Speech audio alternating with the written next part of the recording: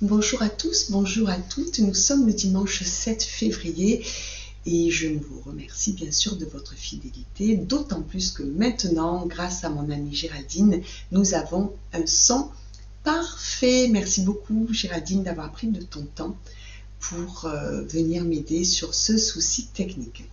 Aujourd'hui, j'aimerais vous parler de l'oracle de la métamorphose de Anne Guéquière, dont les 52 cartes sont illustrées par Izumi Idoya, avec deux excellentes critiques, l'une de Christophe André et l'autre de Laurent Gounel. Alors à l'intérieur, il y a même un conte qui est très joli, que je vous laisserai découvrir, je ne vais pas vous le lire là. Et bien sûr, je me suis posé la question à savoir, est-ce que je vais tirer une carte en amont ou est-ce que je vais tirer les cartes comme ça? Et pour gagner du temps, parce que les vidéos restent quand même toujours longues à télécharger, je laisse même mes bafouilles pour les faire d'une traite. Eh bien, j'ai tiré une carte en amont. Et devinez, en ce dimanche, c'est l'amour.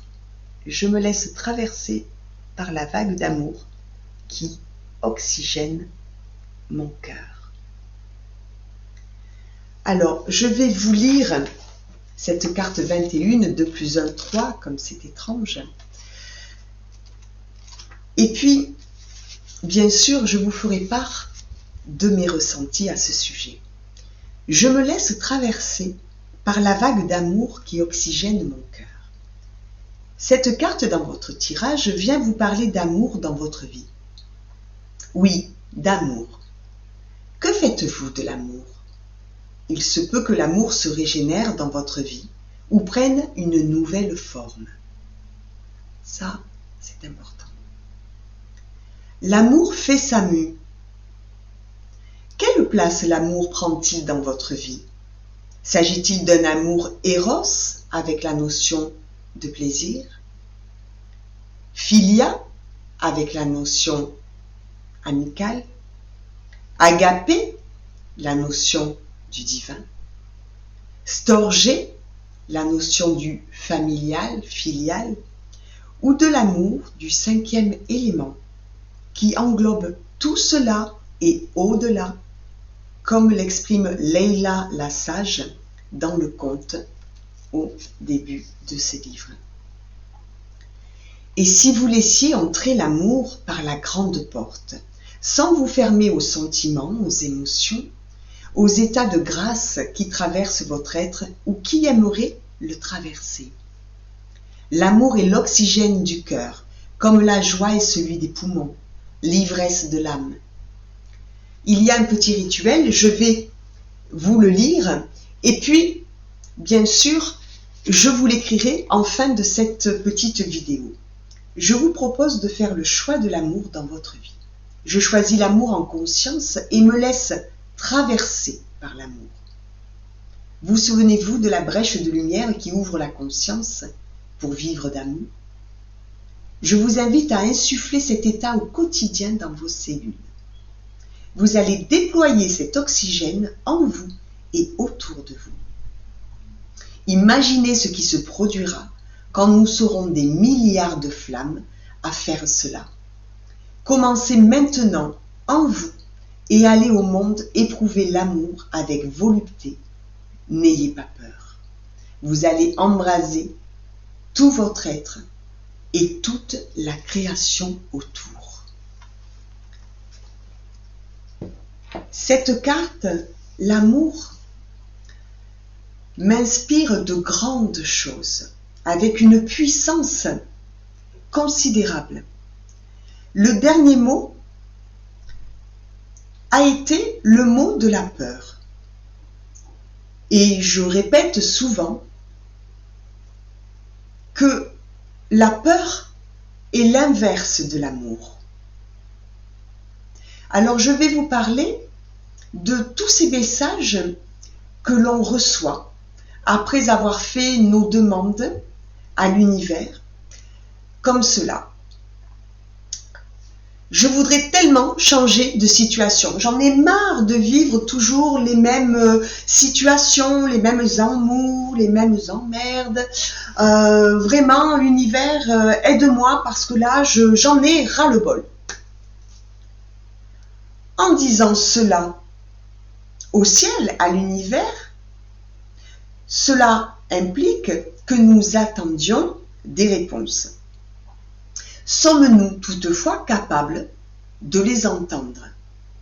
Ou sommes-nous finalement inconsciemment toujours dans l'attente de mêmes réponses, des réponses que nous connaissons? Parce que l'amour, c'est aller au-delà du visible. L'amour, c'est se projeter dans l'inconnu. C'est faire preuve parfois de courage, parce que la réponse de l'univers n'est pas toujours celle à laquelle on s'attend. Surtout si on lui a demandé de transformer notre vie, de nous aider à ranger davantage de choses dans un tiroir afin d'avoir une vie bien plus épanouie que celle que l'on vit depuis des années, depuis cette séparation qui a été une véritable douleur, depuis ces blessures de notre enfance que l'on a eu du mal à exorciser en fait, quelque part, à étudier, à apaiser tout simplement. Et puis, l'amour se cache dans tellement de messages. Ça peut faire peur que d'aller ouvrir tous ces messages parce que cette ouverture justement du cœur que cela demande, parfois nous croyons que nous sommes prêts et puis on découvre à nos dépens qu'on ne l'était pas tellement et qu'on a laissé partir ce train devant nous parce qu'on a écouté les peurs de notre famille, de notre entourage amical qui a pensé que nous étions capables d'acter des choses inconsidérées, non réfléchies. Vous savez, il y a toujours le jugement de cet autre qui veut nous faire du bien, qui croit d'ailleurs qu'il nous en fait, et qui ne se rend absolument pas compte que en nous parlant, il est en train de nous mettre sur le chemin, y compris dans le sac à dos, ses propres peurs, ses propres angoisses, ses propres freins à la vie, à l'amour. Et selon notre intégrité, notre acceptation de vivre ce que nous sommes et aussi de vivre pleinement ce que nous avons demandé à l'univers, eh bien, si nous nous focalisons plutôt sur ce que l'on entend autour de nous, ne serait-ce que par rapport à cette actualité, il n'est pas rare de remarquer que on peut rentrer dans une boutique, masqué bien sûr, comme tout le monde, et puis lorsque vous dites avec enthousiasme « bonjour », un petit peu comme l'on dit dans cette expression « gai comme un pinson », eh bien, on peut se rendre compte que des fois c'est intriguant, presque malvenu, dirais-je, comme si nous devions porter une austérité de circonstances, comme si nous devions porter, au-delà de nos souffrances individuelles, l'angoisse du monde entier. Alors, la meilleure des protections, c'est une fois de plus de prendre soin de soi, de revenir dans l'amour de soi et pour soi, avec les parts d'ombre, les parts de lumière, de savoir ce qui nous plaît, ce qui nous fait vibrer, ce qui fait vraiment la chamade dans notre cœur, pour déjà se donner la chance de reconnaître l'amour lorsqu'il est face à nous. Parce que si on le demande, mais qu'après on fait ça, on ne peut pas, bien sûr, le voir, le ressentir. Tout comme si on écoute à longueur de journée les expériences désagréables que l'on nous livre des uns et des autres qui, je répète, ne nous veulent que du bien, mais n'ont pas les mêmes blessures que nous, n'ont pas le même parcours que nous. C'est la raison pour laquelle souvent j'insiste sur le fait que nous sommes vraiment chacun des êtres uniques. Cela veut dire des êtres à part, avec pour chacun une histoire familiale qui, malgré on va dire, des similitudes, ne ressemble pas à l'histoire familiale de votre ami, de votre entourage. Et même dans une fratrie, le ressenti de l'aînesse, de l'aîné, du dernier, de la dernière, du cadet, eh bien ces ressentis sont complètement différents. Alors il y a l'aîné qui clame, mais moi j'ai tout fait, j'ai fait beaucoup de choses pour vous parce que je n'avais pas le choix, parce que mes parents travaillaient beaucoup. Et puis il y a ce cadet qui va dire, mais moi j'étais toujours au milieu, et puis il fallait que je sois en accord avec l'aîné, et puis en accord aussi avec le dernier, et puis quelle était ma place? C'était pas une place si confortable que ça. Et puis il y a le dernier dont on a pris bien sûr l'habitude de dire, oh ben évidemment, le rôle était bien facile, les aînés avaient préparé le chemin, et les aînés ont tant fait pour ce petit dernier. Et comme ça, on met des étiquettes. Alors, bien sûr que quand nous parlons dans une globalité, tout n'est pas à reprendre, tout n'est pas à casser, comme s'il n'y avait pas de vérité dans ce que l'on nous fait croire. Je ne dis pas cela. J'exprime clairement le fait que si vous êtes centré sur ce que vous désirez voir venir dans votre vie,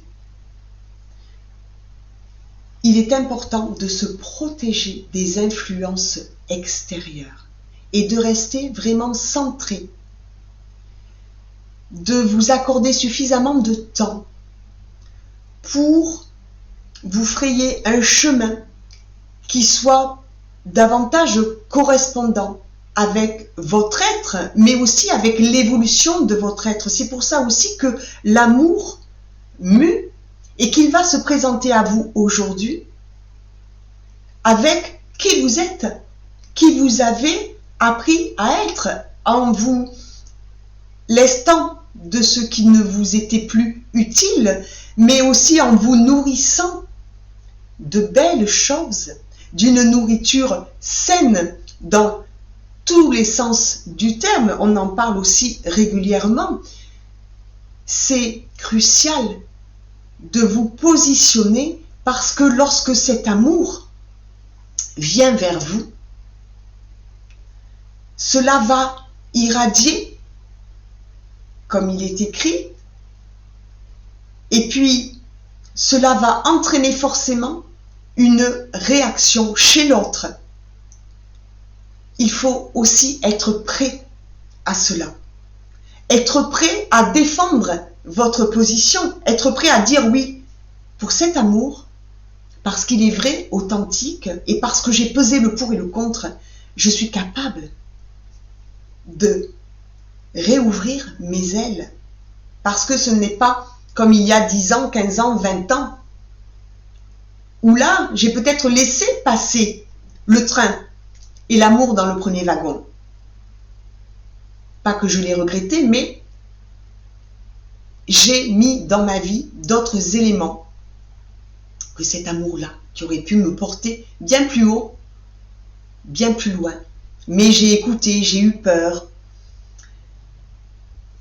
Vous savez, ce travail du quotidien dont je parle, c'est-à-dire un peu de méditation, un peu de lâcher prise, un peu de cri aussi dans la nature en disant mais qu'est-ce qui se passe, j'ai pas envie de vivre ces situations, j'ai pas envie de reproduire, je voudrais tellement que ma vie se transforme, que je puisse être une femme, un homme épanoui, avec ma maturité, eh bien tout cela, c'est vous qui le créez et personne d'autre.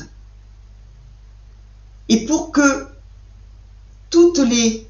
j'ai envie de dire que toutes les opportunités puissent venir à vous avec légèreté et pour que vous puissiez reconnaître cela comme étant quelque chose de bien et de bon pour vous, il est bien sûr nécessaire auparavant d'être dans l'amour pour soi.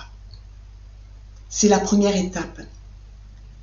Arriver à se reconnecter à ce qui nous fait vibrer, à ce qui nous apporte de la joie, du plaisir, de la légèreté. Et parfois, j'ose dire que on s'est imaginé ne pas mériter cet amour. C'est encore une pensée fausse et bien sûr une pensée limitante. Nous méritons d'être heureux, heureuses, parce que nous avons choisi de nous incarner, non pas pour être malheureux, non pas pour suivre le chemin de tous, mais d'une manière individuelle pour suivre notre propre chemin. Tirer les leçons de nos expériences passées, pour bien sûr ne pas les reproduire, mais aussi pour se dire, voilà, j'ai compris, et à présent, ce que je veux, c'est cela. Et plus vous allez l'exprimer clairement, plus les réponses vont également vous parvenir de n'importe quelle manière que ce soit. Attention, l'amour est dans cette mutation finalement. Lui aussi se transforme parce que l'on n'aime pas à 20 ans comme on aime à 30, à 40, à 50. Et bien sûr, au-delà, on aime jusqu'à son dernier souffle. Cet amour se nourrit, s'alimente. Je vous invite par conséquent à prendre soin de vous parce que c'est aussi le commencement. S'aimer suffisamment pour accepter la totalité de son être avec ses parts de lumière et ses parts d'ombre, cette hypersensibilité qui parfois a la mauvaise réputation d'être un frein et qui pourtant est une très belle possibilité de vous ouvrir à autre chose. Cela vous permet d'oser être qui vous êtes, déjà pour ne plus en souffrir, pour vous accepter enfin, et pour ne plus aller chercher chez l'autre ce que vous pensez qu'il vous manque. Quand on s'aime soi, l'autre qui vient avec sa gueule d'amour, nous envahir de son amour, eh bien, c'est ce que l'on dit dans cette expression, la cerise sur le gâteau, c'est-à-dire que cet amour ne se présente pas parce qu'on en a besoin, il se présente pour que l'on puisse partager de belles choses, ensemble, dans ces deux forces, ces deux vibrations hautes, réunies. Pas un plus que l'autre, pas un moins que l'autre. Ça aussi, c'est une pensée limitante que de dire « Oh, il l'aime plus qu'elle, elle l'aime plus que lui ». Je parle vraiment d'un amour haut, d'un amour authentique. Je ne parle que de ça parce que le reste, je pense que avec tout ce qui nous parvient dans notre vie, au quotidien, on l'a dépassé, on n'a plus envie d'être avec quelqu'un pour être avec quelqu'un. On a compris que ce n'était pas le meilleur chemin de l'épanouissement, le meilleur chemin pour vivre heureux, serein. Voilà, je vous remercie pour votre fidélité. Je vous remercie également de transmettre ces petites capsules justement à votre entourage, peut-être pour éveiller également chez les uns et les autres des perceptions différentes. Je vous souhaite une très belle journée et je vous dis à bientôt.